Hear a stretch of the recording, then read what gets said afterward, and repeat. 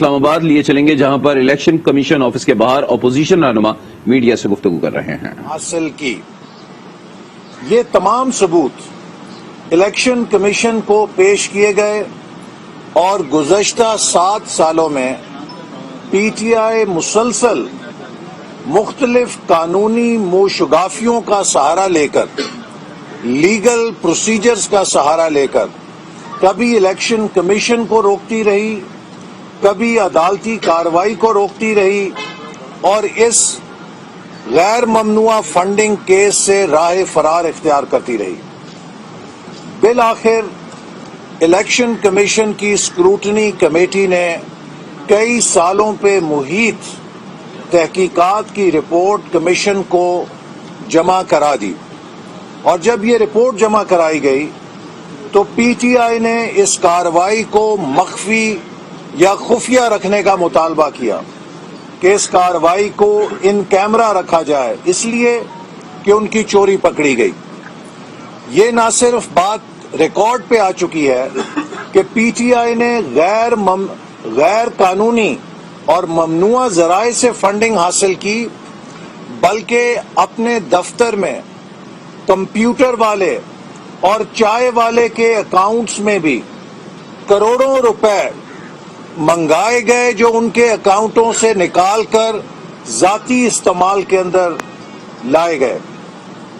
عمران خان صاحب قوم کو یہ نہیں بتا رہے کہ ان کے چائے والے، ان کے کمپیوٹر کا آپریٹر کا اکاؤنٹ، ان کے دفتر کے ملازمین کے اکاؤنٹ میں جو کروڑوں روپے لائے گئے وہ کس کی اجازت سے لائے گئے اور کہاں خرچ کیے گئے۔ یہ تمام اکاؤنٹس عمران خان صاحب کی اجازت اور ایما پر اطلاعات کے مطابق کھولے گئے اور چلائے گئے۔ حقیقت یہ ہے کہ پاکستانی سیاست کا سب سے بڑا فراڈ عمران نیازی صاحب نے اور پی ٹی آئی نے پاکستانی قوم کے ساتھ فورن فنڈنگ کیس کی صورت میں کیا ہے۔ اس کی چوری پکڑی جانے کے بعد پی ٹی آئی نے ایک ڈرامہ رچایا کہ انہوں نے مسلم لیگ نون اور پیپلز پارٹی کے خلاف بھی درخواستیں دیں، جیسے کہ ہمارے دیہاتی کلچر میں جب کوئی قتل کر دیتا ہے تو اپنے قتل کے جرم کو چھپانے کے لیے مقتول پارٹی پہ کراس ایف آئی آر کر کے پورے مقدمے کی کارروائی کو متنازع بنانا چاہتا ہے۔ پی ٹی آئی نے جب یہ درخواستیں دیں تو الیکشن کمیشن نے اور سپریم کورٹ نے واضح طور پہ پی ٹی آئی کو کہا کہ اگر آپ کے پاس کوئی کریڈیبل ویریفائیبل ایویڈنس ہے مسلم لیگ نون کے خلاف تو آپ اسے کمیشن کے سامنے پیش کریں۔ میں آن ریکارڈ کہنا چاہتا ہوں کہ آج تک پی ٹی آئی نے کوئی ایک ایویڈنس نہ ہمیں پیش کی ہے، نہ الیکشن کمیشن کی اسکروٹنی کمیٹی کو ہمارے بار بار پوچھنے کے باوجود ہمارے خلاف کوئی ثبوت پیش کیا ہے۔ صرف یہاں پہ کھڑے ہو کر وہ اپنا جو کیچڑ ہے وہ دوسروں پر پھینک کے یہ تاثر دینا چاہتے ہیں کہ جو گناہ ہم نے کیا ہے ویسا ہی گناہ سب نے کیا ہے۔ میں واضح کرنا چاہتا ہوں کہ آج تک پی ٹی آئی ہمیں کوئی ہمارے خلاف ایویڈنس یا الیکشن کمیشن اسکروٹنی کمیٹی کو پیش نہیں کر سکی جس کے لیے ہم جواب دہ ہوں، اور اگر میں انہیں مطالبہ کرتا ہوں کہ ان کے پاس ہماری ممنوع فنڈنگ کا کوئی ثبوت ہے تو برائے مہربانی اگلے 7 دنوں کے اندر آپ اسکروٹنی کمیٹی کو پیش کریں تاکہ ہم اس کا جواب دے سکیں۔ لیکن آپ اپنے گناہوں کے لیے، اپنی چوری کے لیے قوم کو جواب دہ ہیں اور ہم آپ کو اس سے راہ فرار اختیار نہیں کرنے دیں گے۔ ہم نے مطالبہ کیا ہے کہ الیکشن کمیشن فوری طور پہ فورن فنڈنگ کیس کا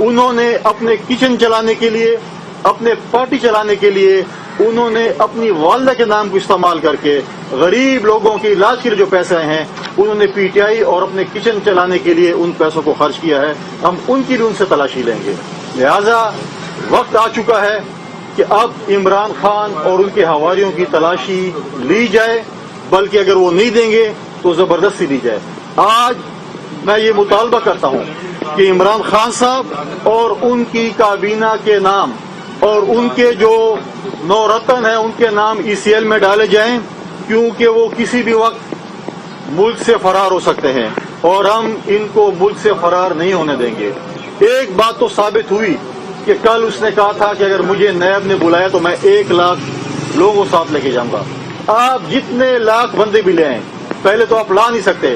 آپ کو اس قوم پہ جو آپ نے ڈاکے ڈالے ہیں اس کا حساب دینا ہوگا، اور آپ کی منزل انشاءاللہ اگلی منزل اڈیالہ جیل ہی ہوگی. شکریہ، بڑی مہربانی.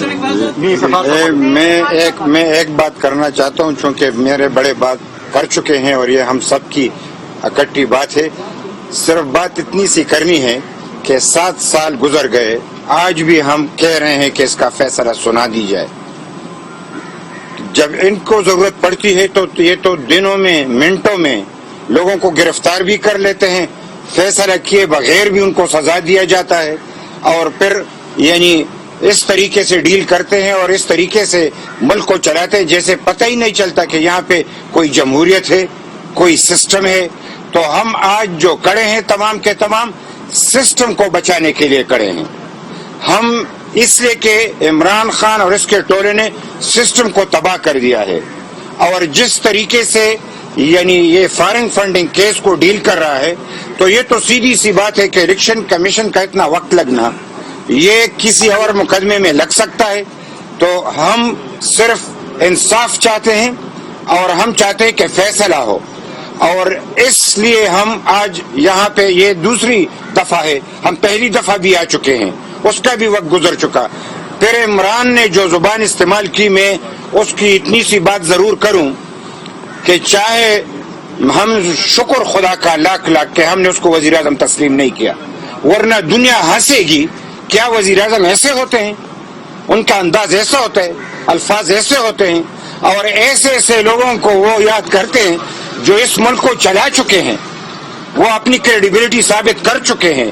لہذا ہم اس کی شدید مذمت کرتے ہیں اور ساتھ میں یہ بھی کہتے ہیں کہ اپنی زبان کو لگام دے. ایسا نہیں ہے کہ دوسرے لوگ ایسی بات کر نہیں سکتے، لیکن اخلاق بھی ہوتا ہے اور ملک کو بھی چلانا ہوتا ہے. ملک کے بڑوں کا انداز ایسا نہیں ہوتا. لہذا ہم اس کی شدید مذمت کرتے ہیں. عوامی نیشنل پارٹی اپوزیشن کے ساتھ مل کے اس سسٹم کو بچانے کے لیے، جمہوریت کو بچانے کے لیے، اور اس کو جتنا جلد تک گھر پہنچ جائے، یعنی اس کو گھر بھیج دے، یہ خوشی کی بات ہوگی. اس ملک پہ اگر کوئی رحم کرنا چاہے تو 1 سیکنڈ بھی اس ملک کے لیے نقصان ہے جب عمران رہے گا. اس کو چلتا کرنا ہر ایک کا فرض بنتا ہے، ہم بھی اس میں اپنا کردار ادا کریں. بات تو ہو گئی، صرف اس میں تھوڑا سا ایک اضافہ کرنا چاہوں گا. ایک تو ہم یہاں حاضر ہوئے تھے کہ اس کیس کا احساس دلایا جائے الیکشن کمیشن کو جو 7 سال سے پینڈنگ ہے ان کے سامنے، اور جس پہ آج تک فیصلہ نہیں ہو پایا. دوسرا، آپ کے ذریعے باقی سب کو بھی یہ احساس دلوایا جائے کہ ایک شخص جو جوڈیشل سسٹم پہ گلہ کرتا ہے، جو اس بات کا گلہ کرتا ہے کہ عدالتیں فیصلہ نہیں کرتی، مگر جب اس کے خلاف کیس آتا ہے تو وہ یہ حرکتیں کرتا ہے کہ 7 سال تک معاملات زیر التوا رکھتا ہے، اور اس میں درجنوں کے حساب سے التوا کی درخواستیں داخل ہوتی ہیں اور پیشی پہ پیشی لی جاتی ہے. تو اس شخص کے کردار کا، عمل کا، قول کا، اس میں جو تضاد ہے وہ آپ کے سامنے آ جائے. الیکشن کمیشن کو ہم اکٹھے ہو کے ریکویسٹ کریں کہ اگر کیس بنتا ہے، اگر جو اکبر ایس بابر نے کیس فائل کیا ہوا ہے بنتا ہے تو اس کو الاؤ کر دیجئے، اور اگر نہیں بنتا تو یہ تلوار اس سے ہٹا لیجئے. کہتے ہیں کہ الیکشن کمیشن 15 تاریخ پہ الیکشن کمیشن آفس کے باہر اپوزیشن رہنما میڈیا سے گفتگو کر رہے ہیں، اور اب سے پہلے اپوزیشن رہنماؤں نے کہا کہ فارن فنڈنگ کیس میں پی ٹی آئی کی چوری پکڑی گئی ہے. پی ٹی آئی نے چائے والے کے اکاؤنٹس میں